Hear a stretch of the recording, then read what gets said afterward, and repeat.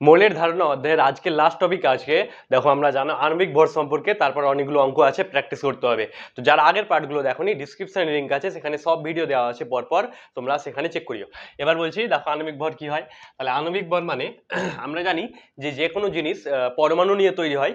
এবার সেই পরমাণুগুলো যখন পরস্পর যুক্ত হয় তখন অণু গঠন করে।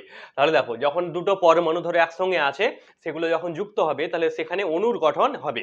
তাহলে যখন এইভাবে অণুর গঠন হবে, সেইটাকে যে তার যে ভর থাকবে সেটাকে তার আণবিক ভর বলা হবে। মানে আণবিক ভর কাকে বলে? কোনো মৌলের বা যৌগের মোট পরমাণুর ভর সংখ্যাকে, মানে মোট যতটা পরিমাণে পরমাণু থাকবে তাদের মোট যে ভর আছে সেটাকে তার বলা হবে কি? আণবিক ভর।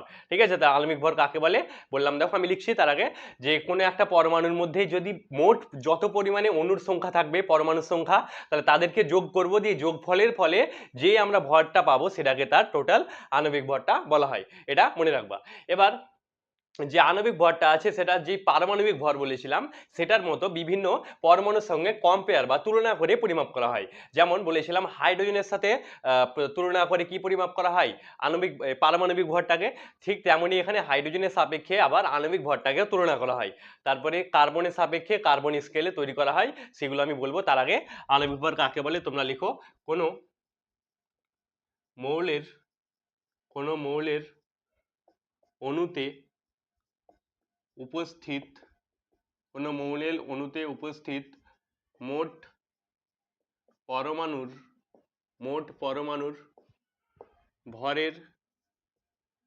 পরমাণুর ভরের সমষ্টিকে সমষ্টিকে আণবিক ভর বলে। আণবিক ভর বলে। এবার এই আণবিক ভরটা বললাম দেখো কার্বন স্কেলে হতে পারে এবং হাইড্রোজেন স্কেলেও সেটা হতে পারে। তাহলে আমি বলছি প্রথমে যে দেখো হাইড্রোজেন স্কেলে আণবিক ভর কাকে বলা হয় সেটা। হাইড্রোজেন স্কেলে আণবিক ভর কি হয় বা কাকে বলে সেটা দেখো। তাহলে হাইড্রোজেন স্কেলে কি কাকে বলে আণবিক ভর? দেখো কোনো একটা অণু, হ্যাঁ, কোনো একটা অণুর ভর হাইড্রোজেনের পরমাণুর তুলনায় যত গুণ ভারী, মানে যখন আমরা একটা কোনো অণুর সাপেক্ষে দেখব, তাহলে একটি হাইড্রোজেনের ও একটা পরমাণু আছে পরমাণু তুলনায়, তাহলে একটি হাইড্রোজেনের পরমাণু তুলনায় কোনো একটি অণুর ভর যত গুণ ভারী হয় সেইটা ভরটাকে তার বলা হবে হাইড্রোজেন স্কেলে আণবিক ভর। যেমন দেখো আমি বলছি যে সালফারের ভর আণবিক ভরটা 32 তো এটার মানে কি? এটা হাইড্রোজেনের তুলনায়, হাইড্রোজেনের একটি পরমাণুর তুলনায় 32 গুণ ভারী। তাহলে যখন আমরা কোনো জিনিসের আণবিক ভর বলবো তখন সেটার মানে হবে হাইড্রোজেনের তুলনায় সেটা কত গুণ ভারী, হাইড্রোজেনের পরমাণুর তুলনায়। ঠিক আছে, তাহলে আণবিক ভর কাকে বলে হাইড্রোজেন স্কেলে? হাইড্রোজেনের একটি পরমাণুর তুলনায় কোনো একটি অণুর যে মোট পরিমাণে আছে, তাহলে সেটা যত গুণ ভারী হবে সেটাকে তার বলা হবে, দেখো কাকে বলে আমি ওটা লিখছি, তাহলে সেটাকে তার আণবিক ভর বলা হয়। এবার যেমন বললাম অক্সিজেন, ধরো বলছি অক্সিজেনের আণবিক ভর হয় এটাও 32 হয়। হ্যাঁ, তো এটার মানে কি? যে অক্সিজেনের যে অণু আছে সেটার ভরটা কত হয়? 32 হয়, মানে হাইড্রোজেনের তুলনায় সেটা 32 গুণ ভারী হয়। ঠিক আছে, এটা এবার লিখো তোমরা হাইড্রোজেন স্কেলে আণবিক ভর কাকে বলা হয়। লিখো কোনো একটি অণুর কোনো একটি অণুর ভর হাইড্রোজেনের হাইড্রোজেনের একটি পরমাণুর হাইড্রোজেনের একটি পরমাণুর তুলনায় যত গুণ ভারী তাকে হাইড্রোজেন স্কেলে আণবিক ভর বলে।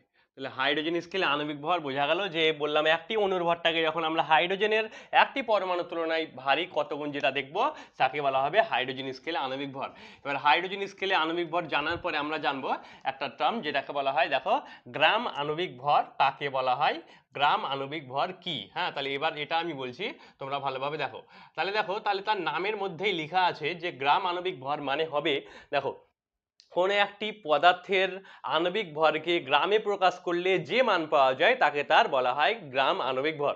বোঝা গেল? মানে আমরা ধর আণবিক ভরটা বার করলাম 32, তাহলে সেই যে 32টাকে যখন আমরা গ্রাম লিখে দিব, মানে গ্রামে প্রকাশ করে দিব, সেটাকে তার বলা হবে গ্রামে প্রকাশিত ভর বা গ্রাম আণবিক ভর। তাহলে গ্রাম আণবিক কাকে বলে, ভর কাকে বলে? কোনো পদার্থের আণবিক ভরকে গ্রামে প্রকাশ করলে যে মান পাওয়া যায় তাকে বলা হয় গ্রাম আণবিক ভর। লিখো কোনো পদার্থের কোনো পদার্থের আণবিক ভরকে, কোনো পদার্থের আণবিক ভরকে গ্রামে প্রকাশ করলে, গ্রামে প্রকাশ করলে সেই ভরকে গ্রাম আণবিক ভর বলে। তাহলে বললাম যখন গ্রামে প্রকাশ করব তাহলে সেটাকে বলা হবে গ্রাম আণবিক ভর। যেমন লিখবা সালফারের ভর কত হয় 32 গ্রাম। তাহলে যখন আমরা গ্রামে লিখে দিলাম তখনই হয়ে গেল গ্রামে প্রকাশিত ভর। ঠিক আছে, এবার দেখো গ্রামে প্রকাশিত ভরের পরে আমি যেটা বলছিলাম যে আরেকটা ভাবে তুলনা করা হয় দেখো আণবিক ভরকে, সেটা কার্বন স্কেলে হয়। তাহলে কার্বন স্কেলে কি হয় দেখো, তাহলে কোনো একটি পরমাণু অণুর ভর যখন কার্বনের 1/12 অংশ, মানে কার্বনের যে ভরটা হয় সেটা 12 গ্রাম হয়, তার জন্য সেটাকে আমরা 1 গ্রাম ধরার জন্য 1/12 অংশ ধরি। তাহলে কোনো একটি অণুর ভর কার্বনের 1/12 অংশের তুলনায় যত গুণ ভারী, তাহলে কোনো একটি অণুর ভর কার্বনের 1/12 অংশের তুলনায়, মানে কার্বন পরমাণুর 1/12 অংশের তুলনায় একটি পরমাণু যত গুণ ভারী হয় সেটাকে তার বলা হয় কার্বন স্কেলে আণবিক ভর। যেমন আমি বলছি ধরো যে নাইট্রোজেনের ভর 14 বা 28, নাইট্রোজেনের ভর মানে আণবিক ভরটা 28। তাহলে নাইট্রোজেনের আণবিক ভর 28, এটার মানে হলো যে নাইট্রোজেনটা কার্বনের 1/12 অংশের তুলনায় 28 গুণ ভারী। তাহলে কার্বনের 1/12 অংশের তুলনায় নাইট্রোজেনটা 28 গুণ ভারী, এটা হলো তার মানে। ঠিক আছে, তাহলে কার্বন স্কেলে আণবিক ভর কাকে বলে তোমরা লিখতে চাইলে লিখে নিবা যে কোনো একটি অণুর ভর কার্বনের 1/12 অংশের তুলনায় যত গুণ ভারী হয় সেটাকে তার বলা হয় দেখো যে কার্বন স্কেলে আণবিক ভর। এবার আণবিক ভরটা সম্পর্কে আমরা অনেক কিছু বলা হলো। আর এবার দেখো এবার যে আণবিক ভরটা আছে এটা সকল যৌগের ক্ষেত্রে ক্রিয়াশীল হয় না, মানে সব যৌগের ক্ষেত্রে সেটা ব্যবহার করা যায় না। আমরা জানি দেখো যে দুই প্রকারের যৌগ নর্মালি হয়, একটাকে বলা হয় দেখো আয়নীয় যৌগ, একটাকে বলা হয় আয়নীয় যৌগ, আর আরেকটা আছে যেটা সেটাকে বলা হবে সমযোজী যৌগ। দেখো তাহলে আয়নীয় যৌগ এবং সমযোজী যৌগ দুই প্রকারের যৌগ হয়। আয়নীয় যৌগ মানে কি, যেগুলো আয়নের মাধ্যমে গঠিত হয়। তাহলে যে সকল পদার্থ আয়নের মাধ্যমে গঠিত হয় তাদেরকে আয়নীয় যৌগ বলা হয়। যেমন দেখো NaCl, এটা ধরো বললাম লবণ, তারপরে ধরো HCl এগুলো, আচ্ছা এটা এই সেলটা সমযোজী হয়। ধরো আমি বললাম যে এখানে আছে MgOH2, এটা, তাহলে এই সব জিনিসগুলো যখন হয় এগুলো আয়নীয় যৌগ হয়। এবার সমযোজী যৌগটা কখন হয়, যখন সেগুলো জানো তোমরা ক্লাস 8-এ ছিল যে সমান সমান, মানে অণুর সংখ্যাগুলো যে ইলেকট্রনটা ভাগ করে তারপরে যখন হয়। যেমন ধরো আমি বলছিলাম জল আছে H2O জল, তারপর ধরো আমি এটা HCl বলছিলাম, তাহলে এই সকল যে পদার্থ সেগুলোকে সমযোজী যৌগ বলা হয়। এবার দেখো যখন আমরা সমযোজী যৌগটা গঠন হয় তখন সমযোজী যৌগ পরস্পর এইভাবে, দেখো এগুলো অণু আছে, অণুর মাধ্যমে যুক্ত হয়, দিয়ে অণুগুলো যুক্ত হয়ে পরস্পর গঠন হয়। তার জন্য আমরা যে ক্ষেত্রে অণুর সংখ্যা থাকবে সেখানে আমরা অণুর ক্ষেত্রে আণবিক ভরটা ব্যবহার করতে পারবো, মানে সেটাকে বলতে পারবো যে আণবিক ভর। কিন্তু এই যে এগুলো আছে আয়নীয় যৌগগুলো আছে সেগুলোতে কোনো অণু থাকে না, মানে সেগুলো অণুর দ্বারা গঠন হয় না। তাহলে এবার এটাকে আণবিক ভর বলা যাবে না, কারণ এটার মধ্যে অণুর সংখ্যাই থাকে না, অণুই থাকে না, তার জন্য এখানে ব্যবহার করা যাবে না কোনটা, দেখো আণবিক যে আয়নীয় যৌগের ক্ষেত্রে আণবিক ভর কথাটা বলা যাবে না। তার জন্য এখানে আর একটা নতুন কথা ইউজ করা হয়, সেটাকে বলা হয় দেখো সংকেত ভর। ঠিক আছে, তাহলে এবার আয়নীয় যৌগটা কিভাবে গঠন হয় সেটা বলছি দেখো, তারপরে এটা আবার ডিটেলসে বলছি কেন হয়। দেখো তাহলে যখন আমরা দেখবো যে আয়নীয় যৌগটা ধরো সোডিয়াম ক্লোরাইড NaCl আছে, তাহলে এটা কিভাবে গঠন হয়, দেখো এটা জালকের মতো গঠন হয়। আমি নর্মাল একটা ধরো গঠনের মতো দেখাচ্ছি, বইয়ে আছে তোমরা ভালোভাবে দেখতে পারো। তাহলে এভাবে দেখো ধরো আছে, তারপরে এখানে ধরো একটা সোডিয়াম আছে, তারপরে 6টা ক্লোরিন পরস্পর এইভাবে যুক্ত থাকে, হ্যাঁ, মানে 6টা ক্লোরিন থাকবে সোডিয়ামের পাশে, দিয়ে এভাবে যুক্ত হতে হতে একটা সোডিয়ামের পাশে 6টি ক্লোরিন এভাবে পরপর যুক্ত হতে হতে একটা বড় জিনিস তৈরি করে, দিয়ে সেখান থেকে আয়নীয় যৌগ গঠন হয়। তো এই যে জিনিস এটাকে কেলাস বলা হয়, হ্যাঁ এটাকে কেলাস বলা হয় বা আয়ন। এবার দেখো যখন আমি বললাম যে কোনো একটা জিনিসের মধ্যে আণবিক ভর থাকবে সেটাকে বলা হবে আণবিক ভর। তাহলে এবার আণবিক ভর যেমন আমরা অণু থাকবে তখন, এবার যখন অণুর সংখ্যা থাকবে না বা অণু থাকবে না তখন সেখানে আণবিক ভর বলা যাবে না, তাই সেখানে বলা হয় দেখো এটা যে সেটাকে বলা হয় সংকেত ভর। তাহলে এবার এটাই আমরা জানবো যে সংকেত ভর কাকে বলে। আচ্ছা তার আগে তোমরা ভিডিওটি একটু লাইক করে দাও এবং চ্যানেলটি সাবস্ক্রাইব করো যারা নতুন আছো, এবং ভিডিওগুলো শেয়ার করে দিও। এবার বলছি দেখো সংকেত ভর কি হয়, তাহলে সংকেত ভর কাকে বলে সবাই শোনো। তাহলে আয়নীয় যৌগের ক্ষেত্রে যেহেতু অণুর সংখ্যা থাকে না, তা অণুর সংখ্যা ব্যবহার করা যাবে না বা অণু ব্যবহার করা যাবে না, তার পরিবর্তে যে ভরটা ব্যবহার করা হয়, যেটা পরিমাপ করা হয়, সেটাকে তার সংকেত ভর বলা হয়। বোঝা গেল? মানে যখন আমরা আণবিক ভরটা দেখবো সেটা সমযোজী যৌগের ক্ষেত্রে বলবো, আর যখন সংকেত ভরটা বলবো সেটা বলবো আমরা আয়নীয় যৌগের ক্ষেত্রে। এবার আমরা দেখো যে সংকেত ভরটা বা আয়নীয় যে আণবিক ভরটা আছে সেটা আমরা নির্ণয় করা শিখবো, সেগুলো খুব দরকার। হ্যাঁ, তাহলে এখানে কিভাবে নির্ণয় করা হয় সেটা পরপর দেখো। তাহলে যেমন আমি ধরো এটা দেখাচ্ছি H2SO4, তাহলে এখানে সেটার আমরা আণবিক ভর বা সংকেত ভরটা বার করব। তারপরে ধরো আমি আরো লিখছি যে এখানে আছে ধরো NaCl, তাহলে এটার ক্ষেত্রে ধরো লিখলাম এগুলো কিভাবে করতে হয় সেটা। তারপর ধরো লিখলাম আমি এটা NH4, তারপর NH4, তারপরে এখানে ব্র্যাকেটে ধরো 2 আছে, তারপর আছে NH4 2, তারপরে আছে এটা যোজ্যতা 2, তাহলে SO4 ধরো এত বড় লিখলাম। তাহলে এগুলো আমরা কিভাবে বার করব, আমি একটু সোজা থেকে কঠিনে দেখছি। তাহলে এগুলো কিভাবে করা হয় সেগুলোকে আমরা দেখো নির্ণয় করা শিখবো। তো এখানে তোমাদের যে ভর সংখ্যাগুলো প্রত্যেকটা জানতে হবে। তো যদি পরীক্ষায় আসে তোমাদের এগুলো শেষে লেখা থাকে ভরগুলো, ঠিক আছে, মানে কোশ্চেনের শেষে ভর সংখ্যাগুলো লেখা থাকবে, অ্যান্সারটা তোমাদের বার করতে হবে। তাহলে এখানে দেখো এখানে হাইড্রোজেন আছে, তাহলে হাইড্রোজেনের ভরটা কত হয় 2। হ্যাঁ, এখানে মনে রাখবা 1 হয় দিয়ে 1, আচ্ছা এটা আমি 1 মতো লিখছি তাহলে সুবিধা হবে। দেখো 1 আছে, মানে হাইড্রোজেনের ভরটা কত হয় 1, এবার এখানে কত আছে 2, তাহলে 1 গুণিত 2, তারপরে এখানে কিছু নেই মানে মাঝে প্লাস লাগবে, তারপর সালফারের ভরটা হয় 32। হ্যাঁ, এগুলো বললাম লেখা থাকবে। তারপর অক্সিজেনের ভরটা কত হয় 16, এবার এখানে কত আছে গুণ দেখো 4, এইভাবে। তাহলে এবার আমরা এখানে দেখো 2 1 2 প্লাস এটা আছে 32, এটা আছে 4 16 64, ঠিক আছে। এবার যদি এটাকে যোগ করা হয় তাহলে 64 32 96 আর 2 98, তাহলে এখানে আসবে 98 এটা। তাহলে এইভাবে দেখো আমরা আণবিক ভরটা বা সংকেত ভরটা বার করতে পারি, এটা দরকার। এটাকে দেখো যখন আমরা বলবো এটাকে বলা হবে আণবিক ভর আর এটাকে সংকেত ভর, কারণ এখানে এটা আয়নীয় যৌগ। আয়নীয় যৌগ কিভাবে তোমরা চিনতে পারবা, দেখো যখন আমরা বলবো NaCl সোডিয়াম ক্লোরাইড, তাহলে যখন এভাবে দেখবা যে কোনো ধাতু আছে, সোডিয়াম, আম মানে ধাতু, তাহলে যখন ধাতু থাকবে তখন সেক্ষেত্রে বলা হবে আয়নীয়, আর যদি ধাতু না থাকে তাহলে সমযোজী। সিম্পল, এটুকু মনে রাখবা যে যদি আম থাকে মানে যদি ধাতু থাকে কোনো একটা যৌগের মধ্যে তাহলে সেটা হয়ে যাবে আয়নীয় যৌগ, এবং যদি ধাতু না থাকে তাহলে সমযোজী যৌগ। এবার এটার ক্ষেত্রে কি হবে সংকেত ভরটা দেখো, সোডিয়ামের ক্ষেত্রে কত হয়, সোডিয়ামের ক্ষেত্রে হয় 23 আর ক্লোরিনের ক্ষেত্রে কত হয় 35.5, তাহলে এগুলো যোগ করলে আসবে 58.5। তাহলে এইভাবে আমরা সেটা সংকেত ভরটা নির্ণয় করতে পারলাম। তারপর আরো আছে দেখো NH4 2H, এটার শেষ উপর এটা কি হবে, এখানে নাইট্রোজেনের কত হয় 14 প্লাস এখানে হাইড্রোজেনের কত আছে 1, এবার দেখো এখানে 4 আছে ইনটু 4, ব্র্যাকেট আছে ব্র্যাকেট, আবার ইনটু আছে 2 2, তারপর প্লাস এবার দেখো সালফারের কত হয় 32 প্লাস আবার অক্সিজেনের কত হয় দেখো 16 ইনটু কত আছে 4, তাহলে এবার 4, তাহলে দেখো এখানে আছে 4 4 আর 14 কত হয় 18, 18 ইনটু 2 প্লাস 32, আর এখানে 4 16 কত আসবে 64, তাহলে 18 দুগুণে কত হয় 36 প্লাস 32 প্লাস এখানে আসছে 64, তাহলে এবার 32 আর 64তে ওটা দেখলাম হয় কত দেখো 96, তাহলে 36 প্লাস 96, তাহলে 6 6 12 2 আর 3 আর 6 3 আর 9 12, 12 আর 1 12 আর 1 13, তাহলে 132 এটা হয়ে গেল দেখো এটার ভর সংখ্যা। এইভাবে আমরা কোনো একটা পরমাণুর ক্ষেত্রে যে আণবিক ভরটা বা সংকেত ভরটা নির্ণয় করতে পারি। তো এগুলো তোমরা ভালোভাবে লিখে নাও এবং কয়েকটা তোমরা প্র্যাকটিস করো। এবার আছে মোলার ভর এবং মোলার আয়তন, তোমাদের বই হেডিং দেওয়া আছে দেখবা।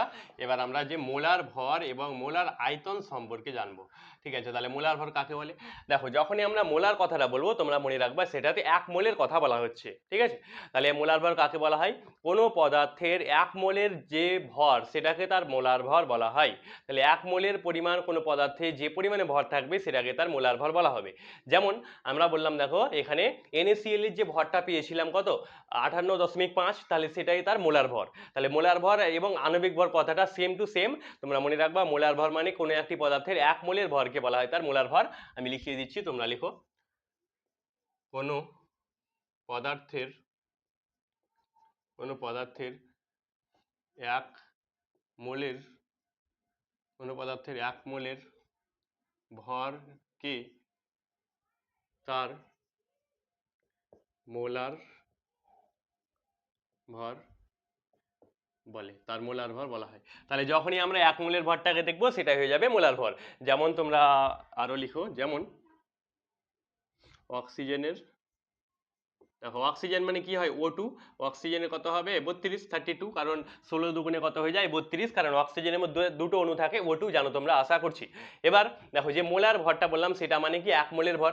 ঠিক তেমনই যখন আমরা মোলার আয়তনটা দেখবো তাহলে কাকে বলা হবে, দেখো কোনো পদার্থের 1 মোলের আয়তনকে তার বলা হয় মোলার আয়তন, মানে যখনই আমরা 1 মোল বলবো সেটা।